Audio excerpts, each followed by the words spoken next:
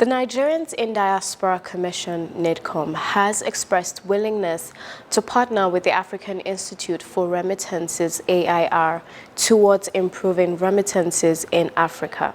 This was the highlight of the courtesy visit to NIDCOM led by Amadou Sisi, the Executive Director, African Institute for Remittances in Abuja. Details shortly. And sequel to the visit by the African Institute for Remittances, a consultative meeting was held in Abuja, attended by strategic partners. We will also bring to you deliberations from that meeting. And on our health segments, the Association of Nigerian Physicians in the Americas, ANPA, will be discussing seizures, especially among children. It promises to be informative and educative. And of course, do not miss our Diaspora of the moment. This is your favorite program, The Diaspora, and I am your anchor, Koinsola Adetumbi. Please stay.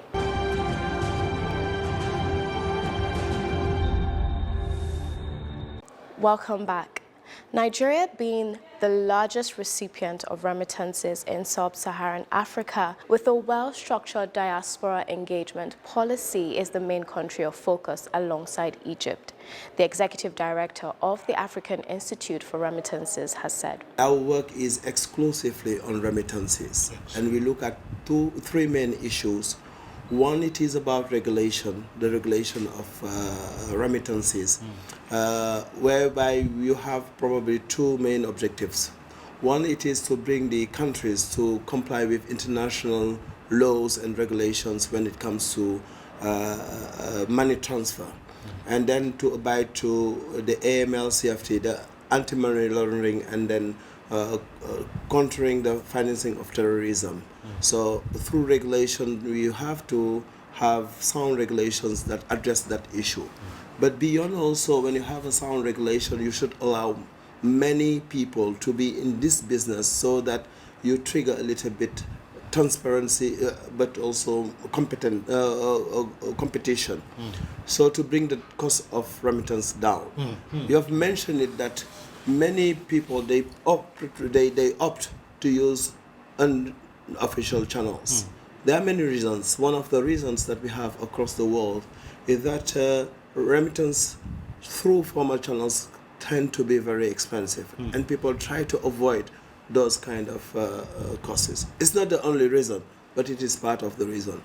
And we think that if you address the issue of cost through competition, through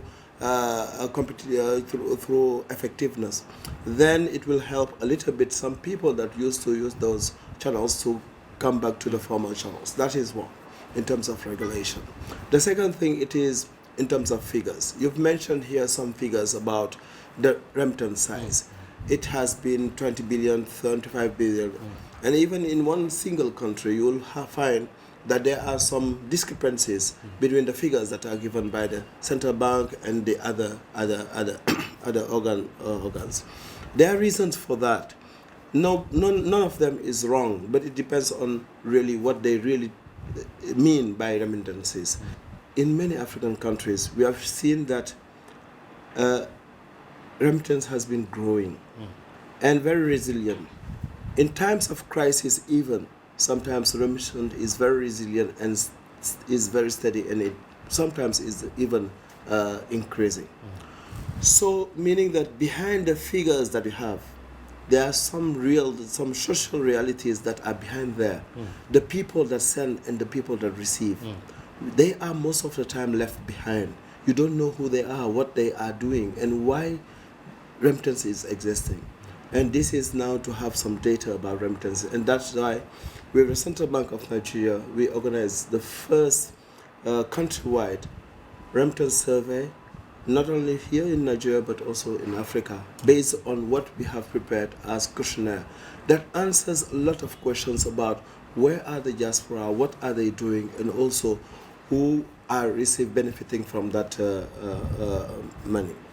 And these are the three main objectives of the Institute. First, about regulation. Second, about statistics, to have accurate data so then you can guide the decision makers. And then we have to also propose some policies. Policies for what? to leverage remittances. So we are targeting two countries on the continent, and we are working with both of them. It is Nigeria and Egypt. The issue of remittance is also very central. What the data we have for remittances is capturing remittances through official channels. Now, what we have come to also discover is that there is a lot of remittances coming in through non-formal channels, legal but non-formal. Now, that is not being captured. If you have $10,000 cash, you can move out of Nigeria with it without anybody asking you to declare it. If you have $10,000 and below, when you are coming in, you don't also have to declare it. So these figures are not reflected on the remittance figures which you have, and as an institute, we definitely would like you people to work on how do you capture non-formal remittances, because a lot of it in Africa, a lot of it, people carry cash across borders, but it's not reflected.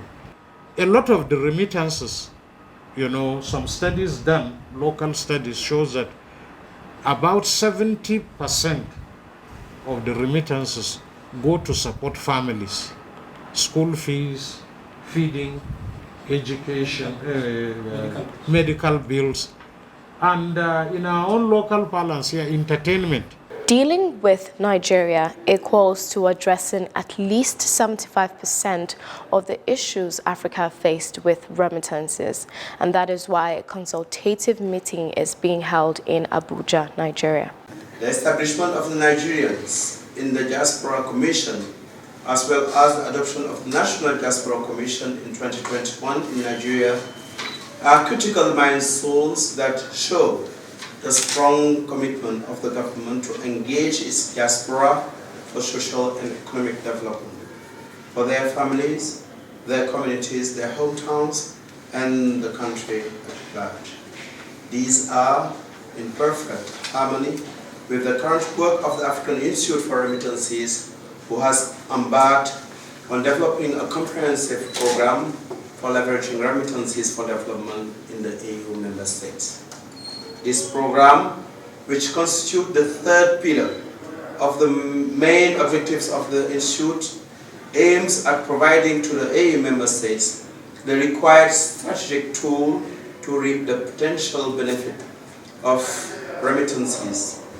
In the framework of the design of the leveraging program, AIR has envisaged to adopt an inclusive approach, collaborating with key stakeholders including public institutions, private sector operators, diaspora organizations, international organizations, and other stakeholders.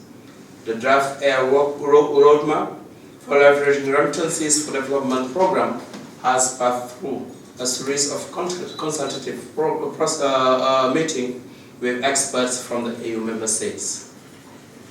We've also experts from the private sector and other stakeholders during the continental meetings held in Lusaka, Zambia, and Mombasa, Kenya in 2022.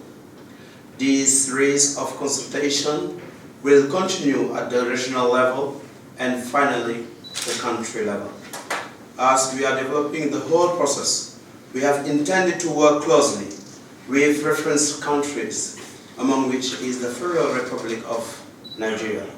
Therefore, our meeting aims at looking at remittances from a regional perspective, and in doing so, learn from the experience of NIDCOM within the ECOWAS region. The active participation of diaspora in designing and implementing development programs is considered as one of the key drivers of change towards the attainment of our objectives. Over the past years, Africans in diaspora have been supporting their families through remittances to satisfy basic needs such as food, education, and health care. The remittances have proven, has proven to be essential in lifting a considerable number of families out of poverty. Let me start by appreciating the African Institute of Remittance, AIR, for the great work they are doing by establishing the platform for the development of roadmap for leveraging diaspora remittances in Africa, and for recognizing the unique roles of the regional economic communities, the fintechs, and the remittance service providers, RSPs. I am optimistic that this meeting will be very impactful and bear positive outcomes at the end of the event.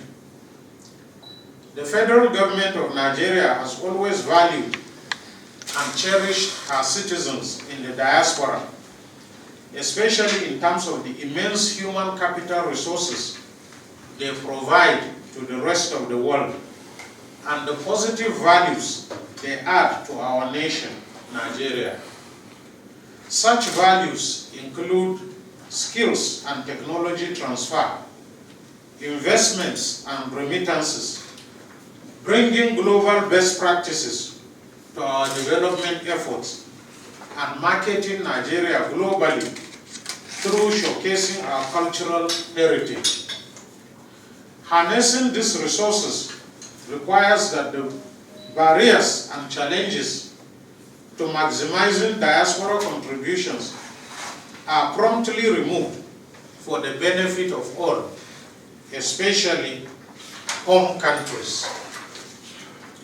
In Nigeria, for example, most doctors and other professionals who have made immeasurable contributions to the rest of the world in their host communities were trained by Nigerian institutions and mostly with public funds. It is therefore imperative that barriers for remittances are adequately addressed in such meetings and advocated for at the highest levels across the world in order to appreciate the contributions of home countries, families, and home institutions as enablers of development by the diaspora in their host countries. On the data side, we've tried to develop a unified approach to measuring remittances, inflow and outflow from economies in Africa. We were glad that Nigeria was chosen as one of the pilot nations. We have completed the pilot study. We understand better the flow pattern of remittances into Nigeria from the side of Nigeria. We are yet to understand from the side of the diaspora what challenges, what motivations they have. And therefore this meeting for us at the Central Bank of Nigeria, compilers of the balance of payment, in which we report remittances for the country. This meeting will open doors for us to be able to interact with the diaspora with a view to understanding and creating connections with the data we compile. From the Central Bank of Nigeria, the Trade and Exchange Department designs policies and implements those policies that affect international transactions, including remittances. They are also therefore here to understand and how better to leverage on our discussions here to inform better policy designs. We have noted earlier that our banking and payments, the technical side that implements policies into transaction platforms will also be joining this discussion as we move forward. Now, beyond financial, beyond monetary, Nigeria requires and would rely on its diaspora if at all we need this economy to have sustainable growth. Nigerian Diaspora Investment Trust, which just got registered, and that is the essence. The essence is that it's a trust, it's an investment trust fund to be driven by the private sector and managed by the diaspora themselves, with almost no government involvement. And the idea is clearly to match investment opportunities with investment interests from the diaspora. It is important to take it from that perspective because it needs to go beyond communal or individual relationships. It needs to be institutionalized so that it will be properly regulated, and at the same time, the larger concerns that we have in Nigeria, which of course stems from all the experiences and past history that we have, is all about establishing trust. And you can't establish trust until and unless you establish a clear, transparent framework with which the entire processes are clear enough for everybody to get involved, and everybody understands fully well the terms of engagement, what are the deliverables, and what are the expected outcomes. Other participants made their contributions at the consultative meeting with development partners. Basically, the remittance has been good. You can transfer from an African country like an Eco Bank in any of the affiliates, and the person that is the beneficiary in Nigeria does not even have to have an account. You can pick over the counter with a valid ID. Yes.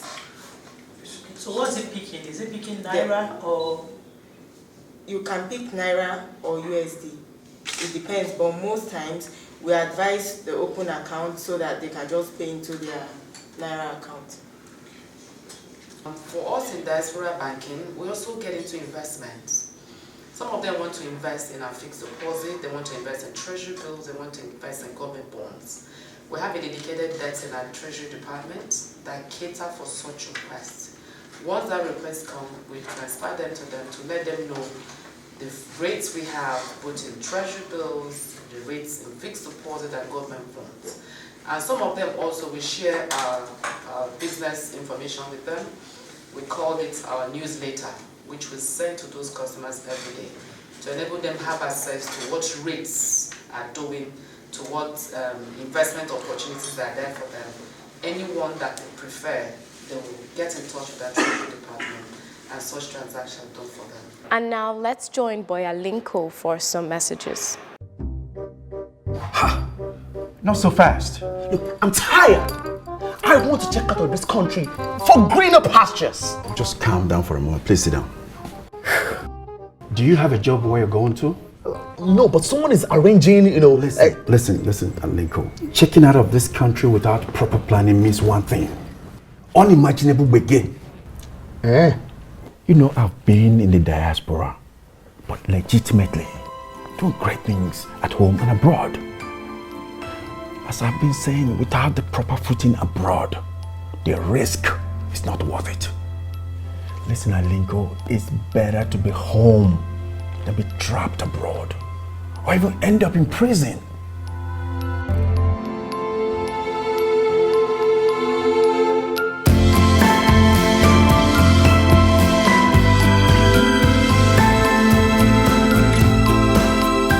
Welcome back. If you must travel, travel legitimately. Now, how do you handle seizures, especially amongst children? Well, let's take a listen to this ANPA doctor on this all-important health issue.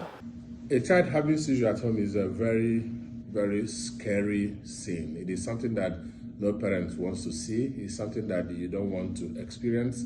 It's nerve-wracking. But I just want you to be relaxed when a kid is having seizure. I want you to know that more than 95% of seizures would stop. And they would stop in the first 3 minutes and maximum in the first 5 minutes. I also want to reassure you that seizures that last up to 3 minutes and stops or 5 minutes and stops will not have any side effects in the brain. There won't be any brain damage. So when you see a kid having seizure, just know that most of these kids seizures will stop and they're not going to affect the brain. So what do? When a kid is having seizure, there are 5 major things that I want you to do as a parent.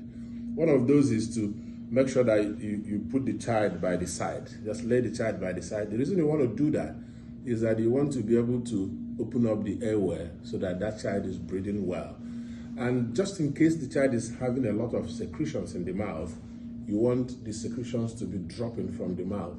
And if for any reason the child vomits, you don't want that vomit to go back and aspirate the child. So put the child what we call the left lateral position. Put the child by the side.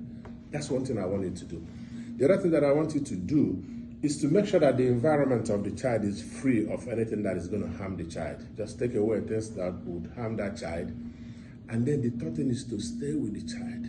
Do not leave. Just stay there. Try and be calm. The fourth thing is to call for help. If somebody's at home, call the person. Just call for a little help.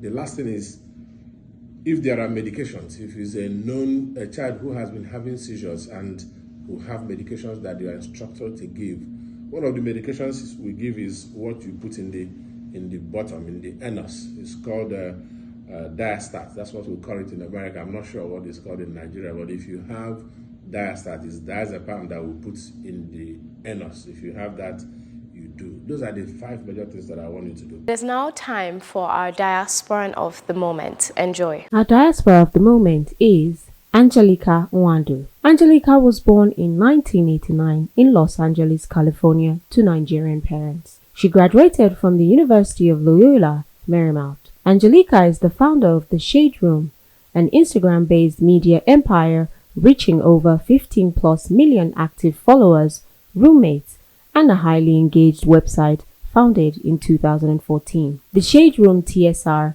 is anchored on celebrating Black culture and entertainment, but transcends all celebrity news and society. Serving viral posts daily, Angelica and her company offers a range of content from breaking headlines, exclusives, and feel-good posts, TSR positive image, morning inspiration, daddy duties, showing men that are spending time with their children, for an unmatched balance of entertainment and enlightenment. In 2016, Forbes named Angelica to its 30 under 30 list, saying she revolutionized celebrity gossip with the founding of The Shade Room. Cosmopolitan reports that The Shade Room followers across platforms now total more than 8 million people. TechCrunch named her to its list of 18 female founders who killed it in 2015.